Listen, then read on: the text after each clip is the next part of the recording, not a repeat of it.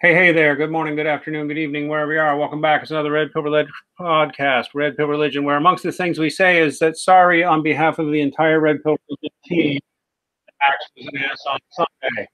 The truth of the matter is I have stayed diligently away from Twitter ever since our unjust suspension a few years ago, or a year or two ago. I don't remember when it was.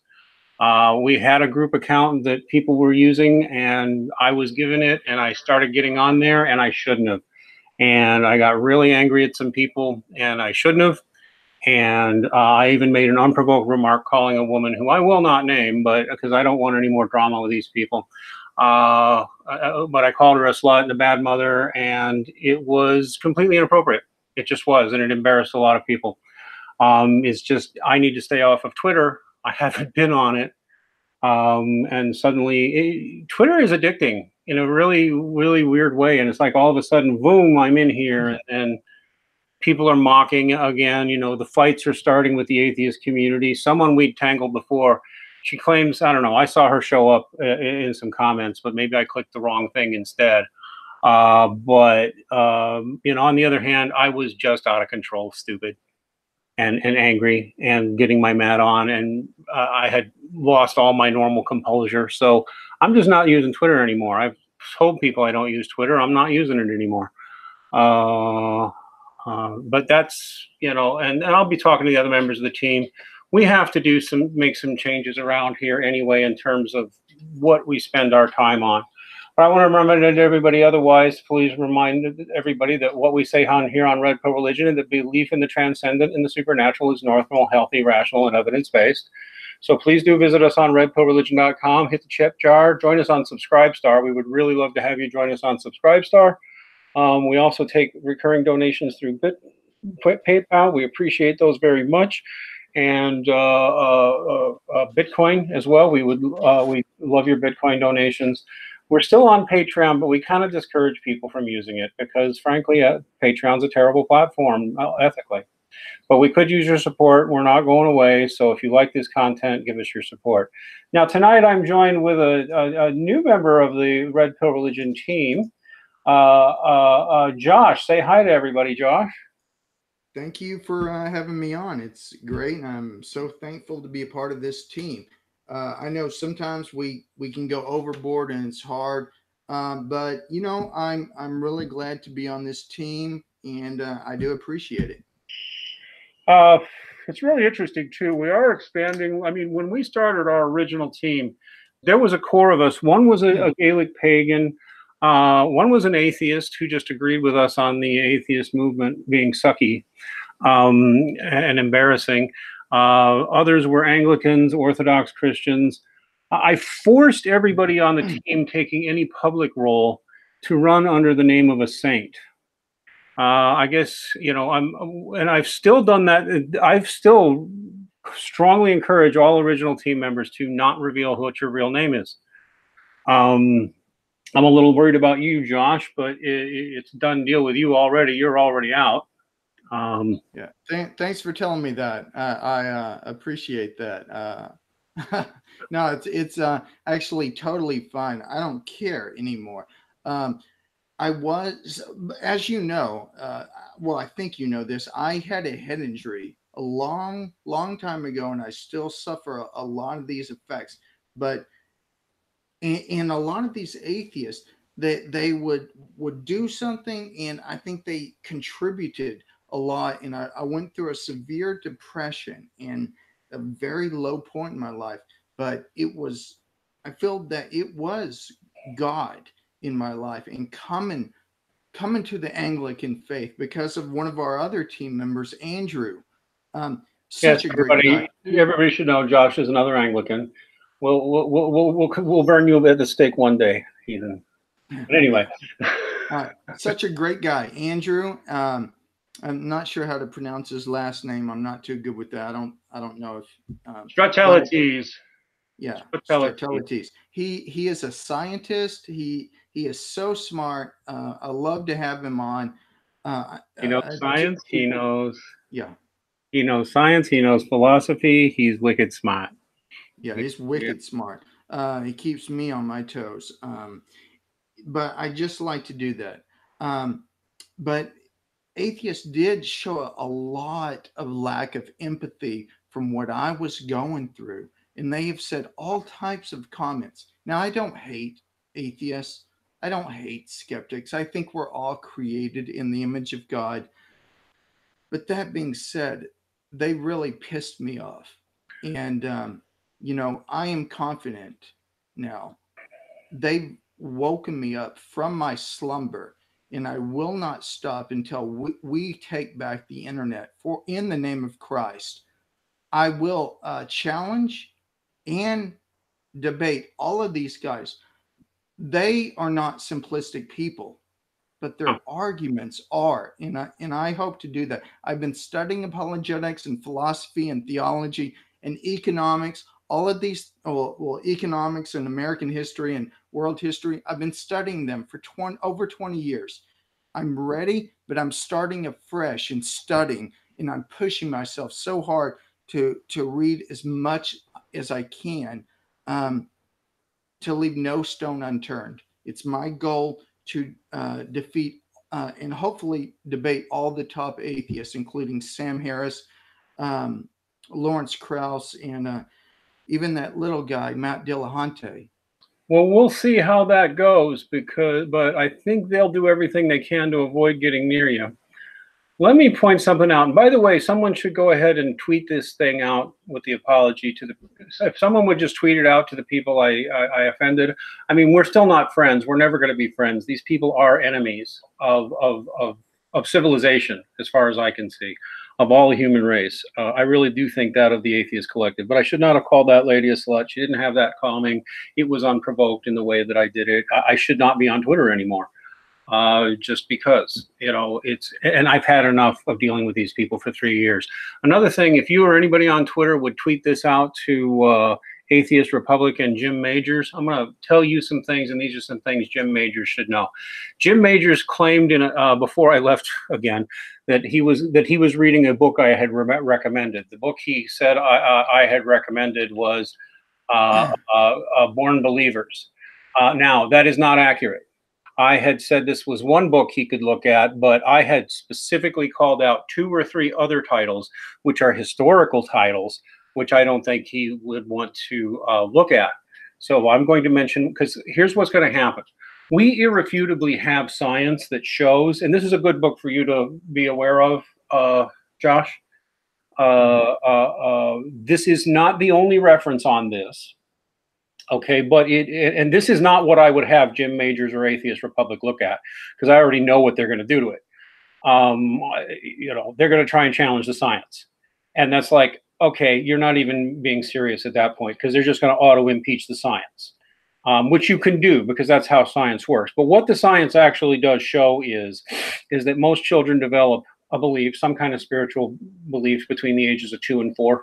This is normal, sort of like language development. It can't be taken out of the kids. Even raised in non-religious homes, most kids have this sense of the supernatural, of the beyond, of the transcendent, of some kind of idea of God, inarticulate, of course. And the kids can tell it from Santa Claus and monsters under the bed and such. It's a normal sense. And it's been known for thousands of years. Now, this book is not the only proof of it.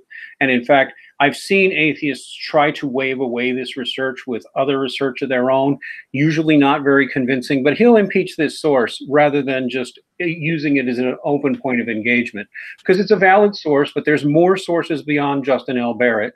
I believe what Jim will try and do is make this an argument over the science. And that's just not an honest approach, which is why it's not the books I said he should look at. The books I would dare Jim Majors to read and review are, and this is another one you should definitely, are historical. Okay, in fact, I've mentioned 3 of them. On stream and in writing, what I thought I should read. I'll add this one too. Any one of these 3 would be nice to see him read. But the one How the Catholic Church Built Western Civilization. Oh, no, not that one.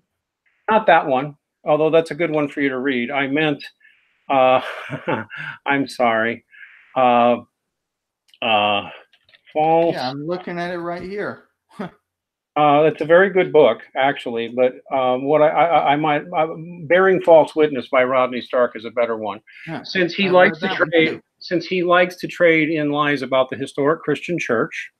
And by the way, if you're not Catholic, you should still be interested in this as a Christian, like Josh here is, obviously. Why? Because Christianity was Catholic until the Protestant Revolution. And Catholic history is part of Protestant history. By definition, Protestants think the Catholics went wrong. Okay, fine. You think that. They think that. Okay. But Catholic history is still Christian history. And it goes back well before the Reformation. And Stark just goes into all kinds of lies. Now, but even more, I wouldn't actually want Jim Majors from Atheist Republic to prioritize this one either. This is a good one because it also helps dispel the myth of the Dark Ages that he wants to defend. But a much bigger book. He defends that. Two more important books, and the books I believe that Jim Majors of Atheist Republic and any other atheist would be too afraid to openly review. I believe their only choice would be to attack the authors, or attack or dismiss the authors, because these are history books. And I got to tell you, these two history books are a big part of why we started the anti-atheist movement. Okay, this one right here, Storming the Heavens, the Soviet League of the Militant Godless. Perfectly respectable source, too, and perfectly respectable publisher, and perfectly well documented. The existence of the League of the Militant Godless. Now, this is very important, especially because if you pick up the other book I think Jim would be afraid to really look at, The New Atheist Denial of History by Borden W. Painter, who's an unimpeachable source. Except maybe they'll go after him for some reason. But, you know, he's the retired president of Trinity College. He's got an entire history department in his name. I mean, well, he's got a chair, you know, a history department chair at Trinity College, by the way, in New England. It's an Ivy League school. So, and he is mostly published as a historian, which means there is very little popular for him. Most of his work appears in peer-reviewed journals, because historians have their own peer review system. That's where so he's a historian. Historians use him as a primary source for their books. Interesting. I'm definitely going to look at those too. I'm going to strongly recommend these both to you because both of them document undeniably that atheism as we face it today is an organized and malevolent movement. Of people who make money doing what they're doing and who have a political and social agenda. This is not to say that every atheist is part of it. Like I said, the average atheist really is kind of only dimly aware of these people and these forces, if they are at all. But the people who are in the money-making business of peddling atheism, selling their books, running their YouTube channels, running these mobs of gangs on social media, mocking and abusing people. Yeah, it's an organized and malevolent movement. And this is why I actually advise most people to stay anonymous, because there's some things I'll tell you. They will go after your family. They'll go after your kid. They will try to get you fired. All of these things have happened to me multiple times. They will try to get you suspended. They will go after and terrify members of your family. Organized atheists do this sort of thing. It's standard MO for them. And expecting any of them to get a conscience about it is crazy, because this is a money-making operation in some cases. For some, and for others, it's just their religious holy war. They're religious fanatics and they can't get out. But for many, it's an important source of revenue for them, and it's really important to remember that.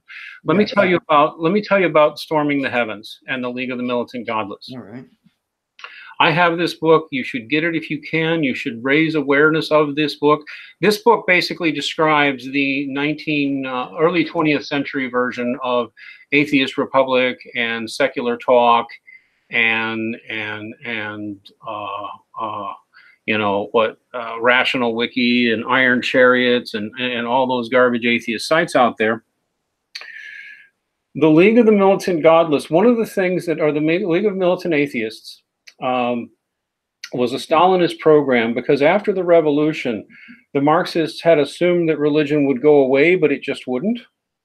And so, because that's just part of Marxist dialectic, you know, people stupidly think that Marxism is just about economics. And no, sorry, Marxism is a complete ideology, including requiring atheism at its core. Yeah, So it's a cultural movement. Yes, so did Karl Marx said you had to be an atheist. Lenin said you had to be an atheist. Stalin said you had to be an atheist. Mao said you had to be an atheist. Sorry, but a lot of communists say you have to be an atheist. The atheism is embedded to what they do. And even on the grave of Karl Marx, it says the point is not. I forgot this. A paraphrase. The point is not to just make history, but it is to change history. That's Karl Yes. Marx on his own grave. Yep. It gets deeper than that, but it's simply not refutable that the Marxists, the communists, the Bolsheviks who took over, the Stalinists, they wanted to get rid of religion. They viewed religion as counter-revolutionary and against their goals. And they viewed religion as brainwashing and a control scheme to control and manipulate the masses, and was against science and was against progress. And what they did, therefore, was they started youth clubs called, well, it wasn't just youth, anybody could join, but I mean, they primarily recruited among fatherless young men.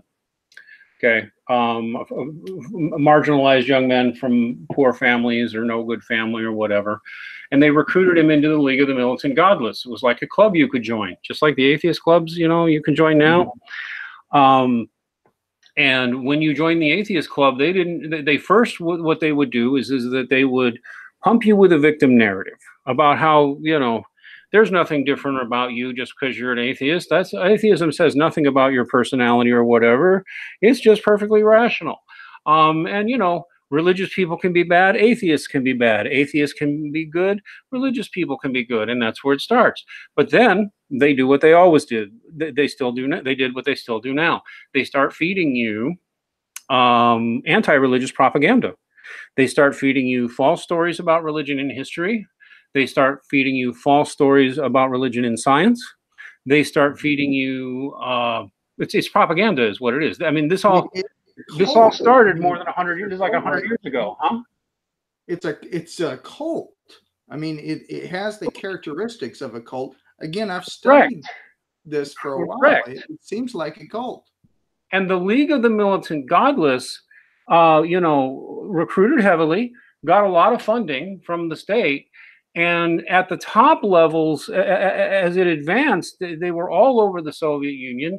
And what members of the League of the Militant Godless would do, in addition to, you know, putting out their newsletters and screaming that religion is irrational, religion is dangerous, religion is brainwashing, religion is against science, religion is against progress, religion is in the way. And they developed militant wings who would go out and brutalize people. Literally go to burn down churches in the name of or take them over in the name of the League of the Militant Godless. Take over churches, burn churches, rape nuns, rape priests, kill them, mutilate them, desecrate their bodies, literally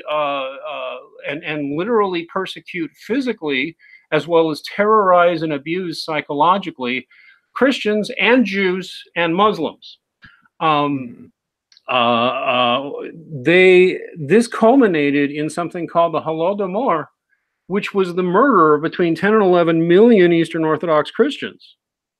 The League of the Militant Godless was a militant hate movement that at its you know, not everybody who joined the League of Militant Atheists under Stalin went and did violence, but no.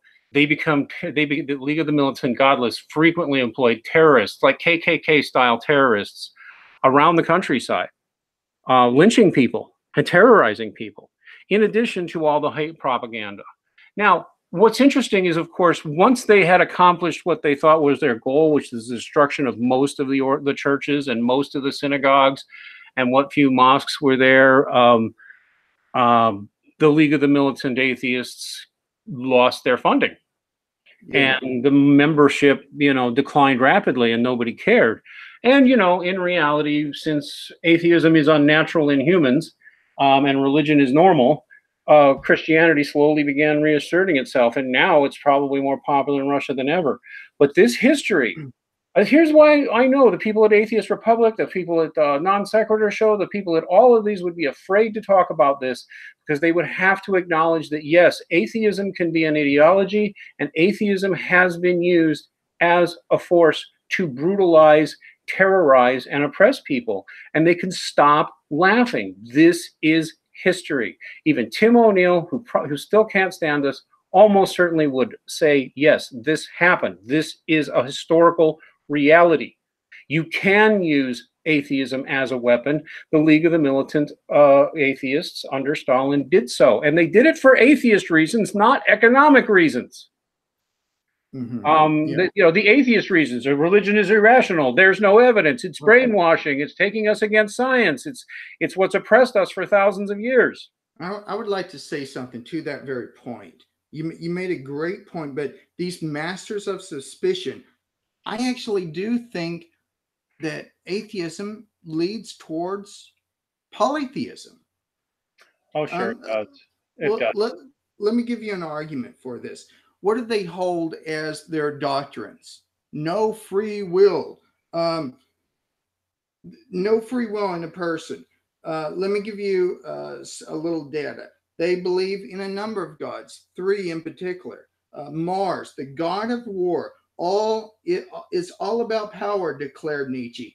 Mammon, the god of money. They believe money or economic Marxism is the key to everything. Or Aphrodite, the goddess of erotic love. So atheism really is a cultish integration into the gods of old.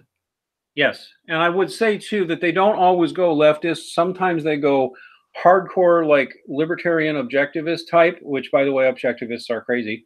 But they go hardcore libertarian of some sort, or some kind of hardcore anarchist. But what they all bond over is their shared hatred of anybody who won't be atheist with them. And that's noticeable too. This is the other book I strongly recommend anybody who knows, why do we fight the way we do?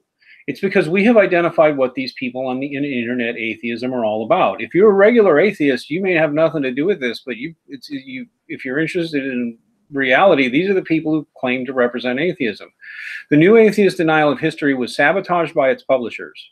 So it's a very hard book to find. You have to know and go look for it. The publishers didn't like it. They gave it a lousy cover. They gave it a lousy title. They overpriced it, although it's cheaper now. It's a lot cheaper now than it once was. It was originally over $100 just to buy this thing. It's much more reasonable now. And what he now Painter, who served in as the expert witness in a Holocaust deniers trial, that is, he served as the expert witness that proved a Holocaust denier was lying about the Holocaust. And he did that in UK libel court. That's what Borden Painter did. So he's extremely credible. And he documents meticulously that Sam Harris, Richard Dawkins, and Christopher Hitchens all collaborated to use Stalin style and Nazi style, Goebbels style, because it's really the same style, of propaganda techniques of making up fake history. That all 3 of those men are guilty of that. He spares Dennett that, because Dennett doesn't talk about history. And he also skewers very effectively Richard Carrier for his slipshod pseudo-scholarship, Steven Pinker, Michael Shermer, and a few more. And without even without making it plain, when you realize it, you find out when you read this that the New Atheists used material out of Stalin's League of the Militant Godless. Hitchens, Dawkins, Harris, they've all used it. And those people are all tied to like American Atheists, or the Freedom from Religion Foundation. They have ties to groups that go back to the Stalin League of the Militant Godless. That's not an accusation. You can go verify that yourself. Like from where American Atheists come from, always were a commie front group. And they don't hide the fact that they're essentially Marxists. I mean, they'll puff and deny, but really, they're Marxists. Just listen to them. Just talk to them. Yeah. And I don't know. Oh, I'm sorry. Go ahead. So the point is, any claim that it's not a religious movement or a political ideology is falsified by these 2 books. And by the way, there's more books than these 2. But these are 2 good books. Any claim that atheism is non-ideological or not dangerous in any way, or that it can't be used as a political weapon, yes, it can be. I'll put it out there to see if Jim Majors will ever actually address that, or anybody else. What I would predict is they will impeach the sources, and they will mischaracterize the sources, because that is the MO of these ideological atheists who are trained in their atheism. Okay, they're trained in their responses, they're trained in their beliefs, they're trained in the phony history they've swallowed up, they're trained in the phony science they've swallowed up. They are in all, I mean, they are, if they are true believer atheists, they are members of a cult. If they know that what they're doing is fake, then they're cult leaders. Now, thank God I teach history, and I see these myths going on all the time. The Middle Ages, the Dark Ages, excuse me, that is a myth. It is Christianity that ended slavery twice. It is Christianity that built the first universities, the hospitals. There's so much more. And actually, me and Dr. Rachel Brown are going to debate Digital Hammurabi and Schuyler on just this fact. The topic is, I believe, Christianity is good for everybody, including atheists. Atheists have a lot to be thankful for. They have a lot to be, well, more than anything, I think it's atheists that should come to Christ and count their blessings. I'm looking at a book right now by Rodney Stark. It's called America's Blessings: How Religion Benefits Everyone, Including Atheists. And on his last page, it's not the last, but it's a short book. On page 168, he calculates from crime statistics, from healthcare, from physical health, from mental health, from charitable contributions, from unemployment, from welfare, etc., that the hyper-secularism is costing our country $2.6 trillion a year. That is, the book is by Rodney Stark. It's called America's Blessings: How Religion Benefits Everyone, Including Atheists. And his conclusion is, per year, this was published in 2012, we would save $2.6 trillion, not billion, trillion dollars if people would come back to God, if people were more religious and less secular. Oh, and how does he reach these conclusions? Well, he does. How do we save this money? In other words, he does statistics. There would be less need for welfare. More people would want to work. I don't know if you've heard of something called the Protestant work ethic. I used to buy into that before I understood that it was Christians before that who viewed work as a way to worship God. Yes. Yeah. So it was both. In fact, yeah, we call it the Protestant work ethic, but in fact, it goes back much longer than that. Yes, absolutely. But it was Christianity that showed that doing work was a way a person could worship God, and it was good to work. But by mental health disease, by crime statistics, we would save so much more money if people would just follow the dictates of Jesus and not Karl Marx. The thing is that we actually do know, and we do have all sorts of science we can show to back it up. The non-religious are more likely to go to jail. They're likely to go get religious when they go to jail. A lot of them turn in jail, but going in the door, the non-religious are more likely to go to jail. The non-religious have more mental health problems.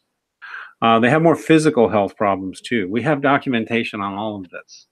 I know someone out there is going to say, "You presented no evidence." We've learned this is another trick for you to learn, Josh.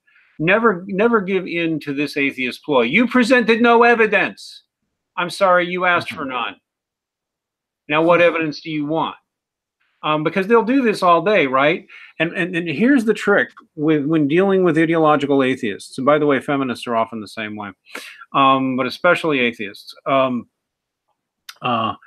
If you carefully and meticulously spend hours putting together a case for them, they will frequently laugh it off, say it's too long. Or, man, you must be really obsessed. You put a lot of work into that for such a minor thing. Or go to the hierarchy. To you. They'll say it to you, huh? They'll go to the white privilege hierarchy. And I think Jordan Peterson has really, really shoved this down these social justice warriors' throats. I wanted to bring up something to you. Are you familiar with the psychologist Jean Piaget? No, I don't. Jean Piaget was a revolutionary psychologist, and he pictured human development, cognitive development in three or five stages. I can't remember, but one of his stages near the bottom was a stage called concrete operational. That is, seeing the world as a purely concrete way, not seeing nuance or not seeing different ways to understand reality. And it describes a person between the ages of 7 years old and 11 years old. I think that is the atheist mindset. Yes. Yeah. But this is what I encourage you and everybody to keep in mind as you enter this fray, because I am probably not ever going to be willing to get on a stream with a professional atheist again. I don't want to talk to professional atheists. I don't want to be in the same room with professional atheists. I now routinely turn down requests from professional atheists to talk to me. I'll talk to non-professionals. I'll talk to people who are not trying to raise money and derive income and push a hate agenda, which is what professional atheists do. So I simply won't talk to professional atheists anymore. I think the last one I will ever speak to was probably Skylar Fiction. And I don't see any reason why I would ever want to speak to him again. Tom Jump has tried to get me a few times, and I've let him know, I don't know. He might do something, because I told him I would talk to him, but only if he would read Storming the Heavens from cover to cover, and the New Atheist Denial of History cover to cover, and then talk to me about the reality that atheism can be used as a political weapon, because it can be. I expect him not to get back to me because he's part of the modern League of the Militant Godless. Yeah. Well, you know what? It's very funny that you bring up those names. Me and Andrew just debated Skylar and Digital Hammurabi, who I really liked. Digital Hammurabi, actually. I called him the Justin Timberlake of near ancient studies on air. It is, just a playful job. He's really a cool guy. I like him. But all those atheists you've mentioned, I have debates, either me and Andrew as 2-on-2 or 1 versus 1. I know I have a 1-on-1 debate with Jim on, it's March 8th. It's on the resurrection of Jesus, fact or fiction. I really hope these atheists keep accepting debates, because I'm not going to lose. And I encourage you to be as strong as you can and go and do it, man. I can't do it anymore. I literally can't. It makes me physically ill to deal with these people. We need to pass the torch on to other people to go talk to them, because at this point I've lost all respect for anybody associated. You making money, if you're rocking the capital A logo, I probably don't respect you, or I mean, yeah, we're enemies. And if you're making money spreading your atheism, we're enemies, and I got no reason to want to talk to you. You're a declared enemy. They'll lie sometimes and says, you're paranoid. We didn't declare ourselves your enemy. No, yes, you did. And in fact, you've done it many, many times. I totally understand what you're saying. If they're trying to, criticize and make fun of people all the time, that's different. I totally agree with you. But if they're willing to, build hospitals and and help people and go overseas and to help others. You know, that's something I like. I want to do that. But, you know, throughout history, it is the Christians who have built hospitals, who have done the hard work, the labor. It says at the end of 1 Corinthians 15, Paul says, now that Jesus is raised, get on with it. We are on a mission. That's what Paul means by that. I believe it's the last verse of 1 Corinthians 15. I paraphrased it, by the way. But it's Christians who have brought the mission through the church, by the church, to people, to the people who couldn't fight for themselves. It's not the atheists, it's the Christians. And that's what I try to communicate to these people. I'll tell you something else too. These people instantly just erase even recent history. I've mentioned this before, and this gets some Christians annoyed, but I want you to listen to me carefully, because this is true, and this is something you should use when you're facing these people. It is not true that homophobia, as it's called, is caused by religion. They like to make this claim. They don't actually claim it outright. They imply it all the time, using all sorts of BS logic. In reality, it is a fact that up until very recently, quite a few gay rights activists were Christians, and quite a few Christian groups were involved in pushing for gay rights. Now, that is truth. There may be Christians who condemn that and who are not happy about that as happening, but it is irrefutably happened and still happens. Then they'll say something bizarre like, where's your evidence? Where's your proof? I'm like, really? Are you unaware of gay Christians and gay Christian organizations? Because if you go into a search engine and type gay Christian organizations, you're going to find lots of them, including lots saying being Christian and gay is okay. Others saying, well, being gay isn't good for you, but, you know, all kinds of different things.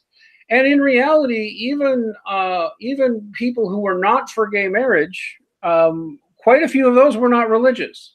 And so it's important to know this too when it comes to anti-gay sentiment. A good one is Ayn Rand on homosexuality, but there's a whole lot of other atheists you can list. Ayn Rand was very anti-gay. She just considered homosexuality completely perverted and disgusting and not something any decent person would ever have anything to do with. She's not the only atheist who thinks that way. If you spend some time in the more right-wing fascistic circles, you'll find quite a few godless people and atheist people who will speak openly of homosexuals as disgusting, degenerate perverts who need to be eliminated from the gene pool. You know, they even accept that idea that you inherited the gayness. Well, that's obviously a sick mutation, and we need to kill you. There are atheists who talk that way, and historically there have been atheists who talk that way. And by the way,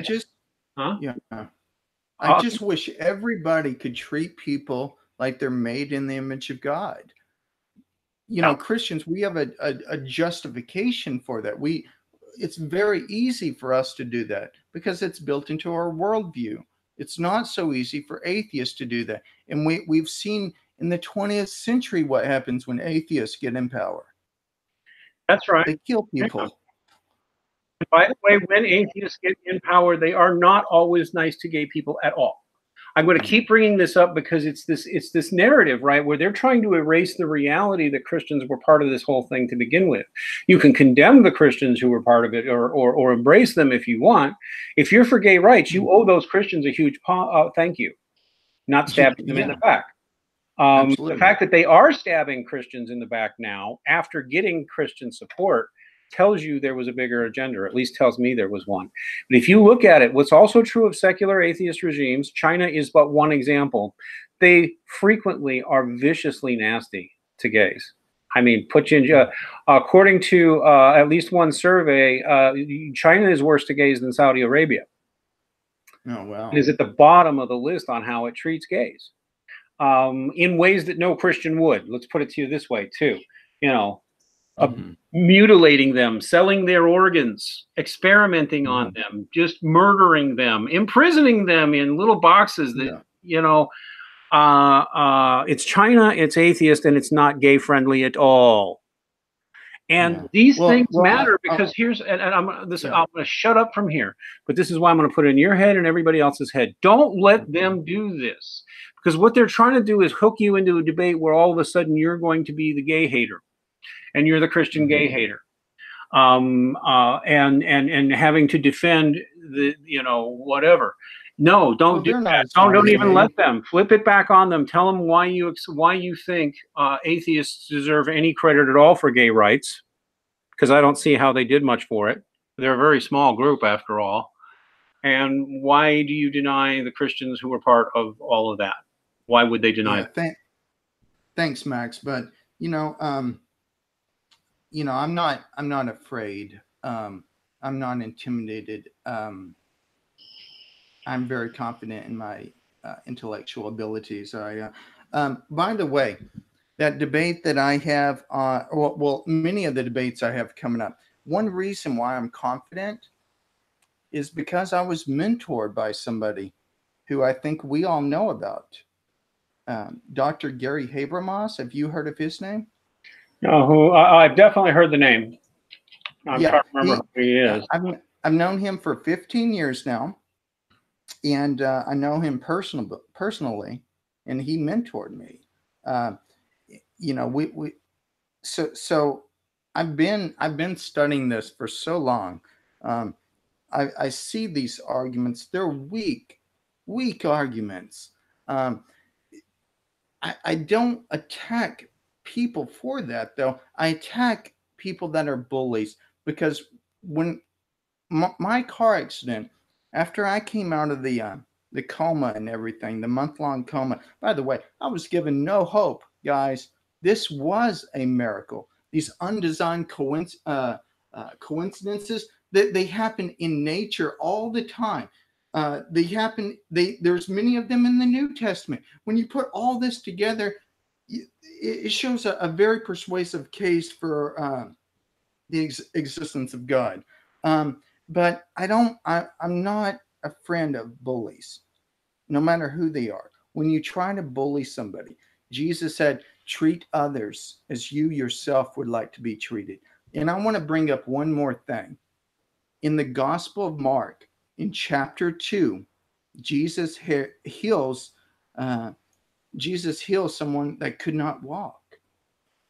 You know, that's very important. That's very important to me, because I had to learn how to walk, and it was the gospel that motivated me. And someday, my body will be completely healed, and I'll be transformed. And the reason why I'm debating these atheists is not to humiliate them, but to hopefully that they'll see the light. Well, Dirac, and we're going to turn away from the gay issue, but I'm going to make one last point. Dirac makes a point here in the comments. He says the narrative of gay Jesus is somewhat weak. And then he makes a silly comment about a naked boy. Oh, whatever, dude. No, nobody thinks gay Jesus is not a real believable thing. And nobody's going to sit here and say Jesus said being gay was great. There are some people who try to make that case. I'm not saying that. I would only just repeat, it would be a lie to deny that Christians were always part of the gay movement, and that there are lots of gay Christians too. Again, some Christians would condemn them, and that's an internal thing. But it's real important. I will never let go of the fact that, you know, for God's sake, I have a gay married sister-in-law. I don't need to, who by the way is a Christian. I don't need to be told that. I mean, you might condemn us for it, but sorry, Christians were integral in the whole gay rights thing, and they were from the beginning. Gay rights may get undone though, and I'll tell you the other reason why.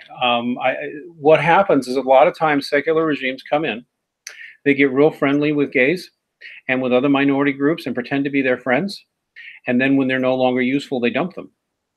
This is also, by the way, what they did to the League of the Militant Godless in the Stalinist era.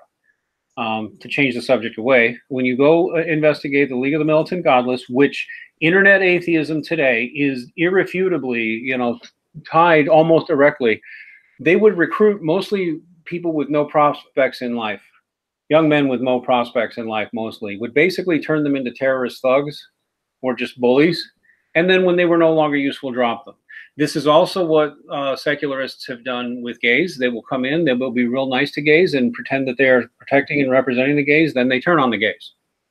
That is a long, long pattern. And that's actually, I think, what's happening to, they, just like the social justice Marxists will turn on black people, or they'll turn on Asians, or they'll turn on this or that Indian group that they used to represent. It's because they don't really care about these groups. They're just using them and exploiting them, including using young atheists.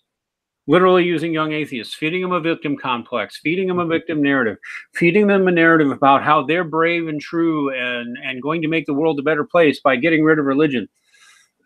Religion, which is harmful and dangerous and brainwashing. Those are ideological claims, and they got to be challenged on them. I've really looked into this. The United States was, it was founded, to keep the church and the state separate, but they influenced each other. That the church was integral to the well-being of the individual. Aristotle's ethics, virtue ethics, was so important to the early founders. The fact of the matter is that while, by the way, you'll find this in the libertarian wing of the modern militant atheists, a lot of them, what they like to do is point to Thomas Paine's The Age of Reason. I don't know if you've read that. I read it and was influenced by it as a teenager, although even when I read it as a teenager, I could tell he had some wrong things in there. But the thing is, they will try and point to Thomas Paine as if he was like this great, huge, massive moving force behind the revolution. And that is fake history. And you'll hear atheist libertarians try doing this. In reality, he was not well liked or well known for The Age of Reason. If you read Thomas Paine's The Age of Reason, it's an angry anti-religious screed. He denies being an atheist, says he's a deist, but spends all of his time repeating rote talking points that you could pull out of the French Revolution and rote talking points that you can pull out of Marxist material now. It's the same old standard rant. And the fact of the matter is that when he published The Age of Reason, that was like 2 decades after the revolution, or at least 1 decade after the revolution. Yeah. You know who really argued against Thomas Paine in his book? I want y'all to look this up. Edmund Burke, the great Edmund Burke. Yeah, he completely destroyed Thomas Paine's arguments. And more to the point, though, it really is a very stupid book. If you read it, it's dumb. It wouldn't be hard to destroy it because it makes so many gross generalizations that can't be backed up historically, and just ridiculous assertions he can't back up. But here's the thing. Also, when he published it, he was advised not to. He published it, 3 parts, 1794, 1795, and 1807. So that's roughly 20 to 30 years or so after the revolution. 2 to 3 decades, call it. His career crashed. Most of the founders would not have anything to do with him after he published this. You can find this in several sources online, as well as going through history books. Benjamin Franklin especially just excoriated him. And most of the founders had said many times, and still did say, that religion, a lot of them were not, a lot of the more famous ones are not that religious, but a lot of them were. And even of the ones who were religious, well, let me just finish. Even of the ones who were not religious, they all said religion was necessary, that the Constitution was designed for a religious people, and without religion it would fail. And they were right. But go ahead, what were you going to say? Well, in our founding, there was a college, Princeton University, and there was this person, I hope all of y'all listening have heard of his name, Jonathan Witherspoon. Well, Jonathan Witherspoon was a prominent evangelical Presbyterian minister in Scotland before accepting the Princeton position. He advised countless people. He was part of this Scottish common sense realism school, the same realism school that devastated David Hume's critique against miracles. But listen to the influence of Jonathan Witherspoon. Okay, he was a former president of Princeton. From among his students came 12 state governors, 37 judges, 3 of whom became justices or senators, and 49 United States congressmen, 59 delegates to the U.S. To the Constitutional Convention, and future President James Madison. This was a minister, an explicit Christian minister, that common sense school, which was based on virtue ethics, on Aristotle's virtue ethics. The United States was built on this essential Christianity. And anybody who says otherwise is lying. Yeah, I quite agree. There's this effort to rewrite history, which is being pushed by ideological atheists in the academy, as well as through internet sources, to simply change history and rewrite it and pretend that we were not a religious people when we were founded, but we were, to pretend that the founders were against religion, but they weren't. I mean, a few of them, sure, but most of them, absolutely not. They were very religion friendly.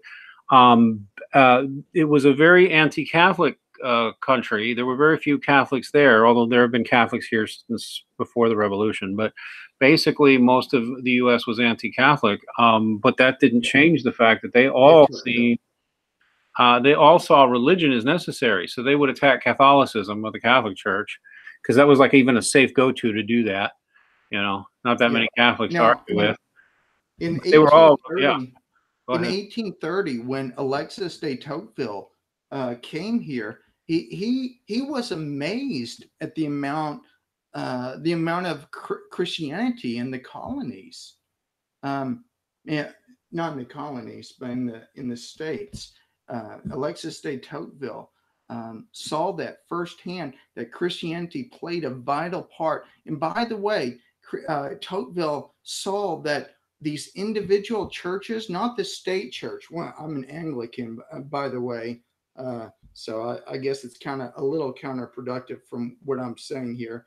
But when they compete with each other, everybody becomes more religious. So when there's more churches, when there's more variety of Christian denominations, you have a vibrant community of Christians. And this is what Alexis de Tocqueville saw. So America, from its very foundation, as you delineated, has been centered on this belief in Christianity and this belief in virtue ethics. Yes, Tocqueville. Tocqueville is interesting reading because he was, he's European who came and toured the United States and wrote about what he found in Europe or in America. And he didn't say everything was good, by the way. He had critical things to say too, but he saw the democratization of religion as a big factor in getting people civically involved and involved in their communities and fixing things and doing things. That America was much more religious than Europe, and people here were therefore more kinder, more industrious, more generous, more creative, sometimes more rude, sometimes more thoughtless, sometimes more stupid, sometimes more crass than his European sentimentalities liked. But he saw the massive work, and and you're correct that the competition between religious people seems to have spurred a lot of things. Unifying over shared hatred of the Catholics is one way, and that's been a real thing over the last few centuries. But also, just them, like, I'm going to people who don't like what one church has go into another. It does create competition. I mean, if you don't want to see different religious denominations existing, that's a bad thing. But I mean, in terms of overall participation in religion, when there's competing religion, you get more of it. Yeah, you get more. And just as like science, many of the early scientists were trying, because of fame, to get to get well known. They competed, they collaborated together, but they wanted to make a name for themselves nonetheless. So you spur innovation in the sciences and in everything. Actually, it's the same way with religion. Just as we have progressed with a more sophisticated understanding of science down through the ages, we've progressed with a more sophisticated understanding of God. It's not surprising why, there might be 7% of atheists in the US. It's been that way. The Gallup polls taken in 1904 and again 100 years later in 2004, it's the same percentage. I believe Rodney Stark in his book, One True God, his historical consequences of monotheism in some of his other books mentions that the Gallup poll that was done. I also wanted to mention one more thing. When I mentioned earlier that the great Edmund Burke of Britain really critiqued Thomas Paine's Common Sense and some of his more radical later writings, he made a comment that the book publishing industry, the amount of books that are being produced in the colonies, was far more, that exceeded by magnitude the amount of books in Britain. So even though America was built on virtue and was a religious place, people were following Christianity, they were also doing reading. These were the smartest people. Let me tell you something. What you just said is true. In fact, atheists have rarely ever been more than about 6% of the population anywhere. 6, 7%, somewhere in there. Rarely do they crest at 10. And usually only during periods of intense indoctrination in the culture and intense anti-religiosity, anti-religious propaganda, and then it never stays. In truth, let's just say, for example, in the United States, although this is also happening in Europe and Canada, but for 7 years now, atheists and atheist organizations have declined. It's been going on actually longer than that, but it's been getting worse every year for the atheist movement, which, by the way, is a real movement. You don't have to be a member of the movement, but if you talk like a member and you give them money, then you're a member. But after more than 10 years, starting in the mid-2000s, of major publicity pushes and campaigns to hate on religion and to popularize atheism, still, atheists are the most disliked religious group, although they're neck and neck with Muslims. They're real close at some point. Stiff competition there, where they're neck and neck with Muslims basically, and how much they're disliked. And again, I would say that if you're an atheist, you might want to look at that and either ask for your atheist celebrity leaders to stop representing you so poorly, or maybe just consider, hey, I don't want to be part of the atheist thing. I'm just not religious. I'm just not interested. Thanks. Yeah. I want to make this clear. We're not talking about all atheists. We're talking about the ones that try to bully people and pick on people and criticize people's religion. Look, we're not sitting on the sidelines anymore. We're standing up. Yep. And I'm on a mission from God. I feel like that way in my heart. Thank God for Andrew. Thank God for the Anglican Church. I've always been a Protestant, but I look back at all the books I have in my life, and it seems that God has been leading me to the Anglican Church. The reason why I'm doing these debates is not to humiliate y'all, but to hopefully you'll see the light. And it's not too late for you to come back to God. I'll tell you something else. And I mean, like, you go for it, man. I'll tell you what, I had really thought for the longest time, if folks would just listen and say, listen, I'm not even going to try to make you be Christian. I'm not even going to try to make you come to God. Can you at least stop treating religious people like garbage? Could you at least stop being a bully on the internet? Could you at least stop putting out bad history? Can you at least stop putting out phony science? But, you know, they won't even listen to that. So, I mean, yeah, whatever and they it made takes. fun The of main somebody thing with a is, freaking head injury. See, well, but see, by now, them here's the making thing. fun of. Just by revealing you have a head injury, they're going to mock you for that. Well, I think, with all due respect, and I am a nice person, but I think the people who did that, I think they're real dicks. Thank you. Christian men especially should learn to talk like that more often. There's this whole idea that within Christianity, we're supposed to always be milquetoasts and never use salty language, never argue, never get angry. Horseshit. Yeah. In point of fact, Thomas Aquinas said that it is a sin not to get angry at things you're supposed to be angry about. Yeah, yeah. And one more thing before we talk to Andrew. You said sometimes they'll try to come and get your family. Well, if anybody comes for my wife, I will kill you. Oh. So let that be a warning. Don't watch what you say on streams there, but in self-defense is what you mean. I got you. Yeah, okay? I mean self-defense. Yeah, okay.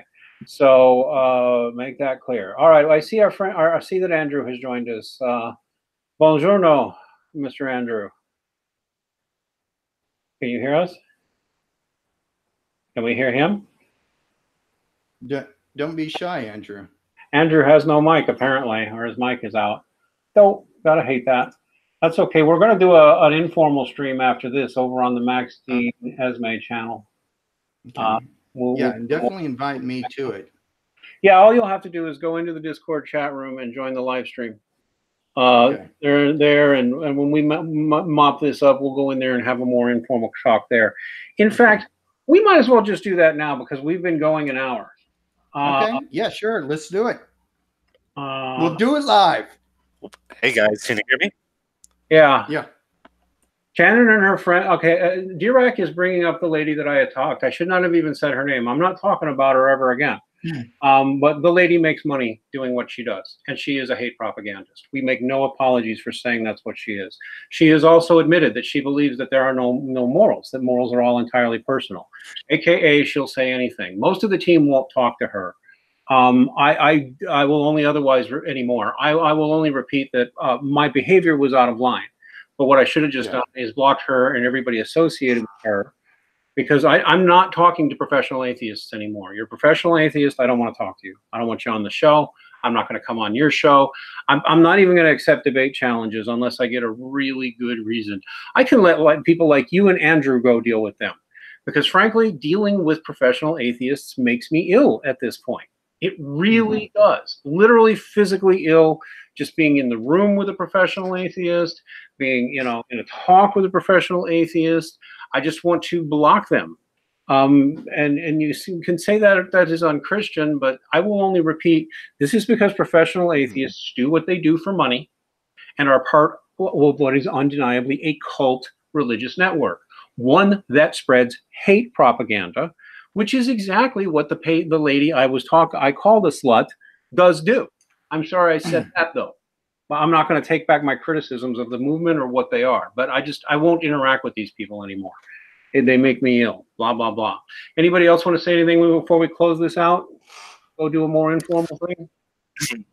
Hey guys, sorry for the technical difficulties earlier, but yeah, I mean, the way that you have to look at it with ideological atheism is that it's actually the spreading of a heresy, in the technical sense of the spreading of a false religion or a false ideology, or the reemergence of the gods. Yeah. Well, there are ways that it sort of resembles Gnosticism or New Age movements and things like that. But yeah, and I definitely prefer building good things up rather than having to deal with people that are attacking the foundations of our faith and shared culture, not only in sort of the North American sense or the Western sense, but worldwide, because Christianity is a universal and worldwide religion. Yeah, absolutely. This is absolutely undeniable. So I think we've had enough, but I really feel gifted to have Josh joining us. I think one of the things too, I've talked to Jean Baptiste about it a little bit. I think that if we stay with our little low orthodox attitude, we're just gonna. Let me just put it this way: I'm really happy to see a new High Church Anglican joining us. I'm always happy to see people from Eastern Orthodox and other Orthodox type branches of Christianity. I believe that's the future, and so and if nothing else, our type of Christianity is not represented well enough. Those of us who believe in the sacraments and, you know, the smells and the bells and the chanting and the incense and the priests, we need our representation too. We're a type of Christianity that's different. And the sort of fascinating thing is our type of Christianity is very intellectually elaborate as well, right? There's all this stuff for the senses, but there's also this very deep theology behind it as well, and it's not based on feelings that can wax and wane, but they're something that you can actually grip with your mind through the help of faith. And bring your entire being, intellectual, emotional, physical, into it.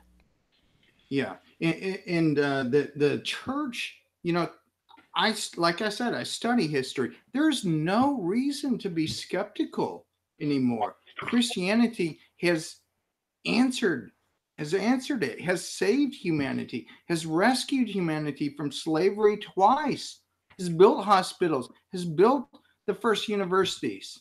It wasn't atheism.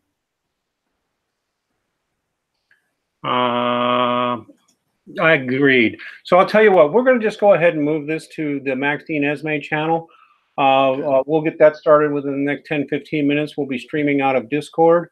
And this is all I'm going to say anymore about any of it, of the recent Twitch storm. And, you know, I was in contact with a bunch of filthy bigots and bullies, which is all internet atheists are, but I did go after somebody inappropriately, and I'm sorry for that inappropriate attack. That's the only apology anybody's going to get, because really, that swarm of atheists I was in the middle of are all terribly vile people and nasty bullies on the internet. In other words, they're typical atheists on Twitter. All right, everybody, well, give us a like, give us a subscribe, and share this. Please share it. Please share it and let people know. Yeah, please somebody send it to definitely somebody make sure to send, because I'm not Twittering anymore. Somebody send it to, what's his name? Jim Majors from Atheist Republic. See if he'll do anything with it, because we challenged him. Send it to anybody else who needs to know. I can't wait for my debate with him. Go ahead. You have fun talking to him. I'm not going to talk to him again. Yeah. At least I will not talk to him again until he has read Storming the Heavens by Daniel Paris, and hopefully The New Atheist Denial of History by Borden Painter. I'm not going to be interested in anything he has to say about, you know, the research on child development, because I believe he'll lie about that, or not lie, but ideologically twist that. Any science he's given, he'll find ways to excuse it. This is history. I wanted him to talk about it, and I want him to admit atheism can be and has been used as a political weapon, including a weapon to kill people with. Atheism, been done. It's irrefutably so. If Jim Majors would admit that on the air, I would be his friend for life, even if he's the atheist. Just admit it. Atheism can be used as a political weapon. Admit it. Before we go, I want to tell people about me and Dr. Rachel Brown will be debating the topic. This is, I believe it's on March 22nd versus Skylar and Digital Fiction. Oh my God. Digital Hobby. The topic will be Christianity is good for everybody, including atheists. And I cannot wait until you have that. Rachel is so much fun. We've had her on here twice now, and I hope to have her on again. You've been doing that on Saturday the 12th, you say? No, March 22nd. All right, we have the lady here lying in our Twitter comments now. I'm not going to name her, but I'm going to mention the lady again. I could swear that I saw her name appearing in some of the tweet storm of hundreds of tweets that were coming at us, but it may have been that we clicked the wrong thing. Whatever. I'm not sorry for calling you a filthy bigot, because you are a filthy bigot. I'm not going to apologize for calling you like a Nazi, because you are very much like a Nazi. I was out of line to come out of you from nowhere and just call you a slut like that. That was bad. The rest, you're a horrible human being. Go away and never come back. I will never, ever mention you again or speak to you again. I promise. You're vile, and all your friends are vile, and everybody who gives you money is scum. Okay? But I'm sorry I called you a slut, sweetie. Bye-bye now. All right, everybody. Give us a like, give us a subscribe, tell your friends or enemies, and God bless.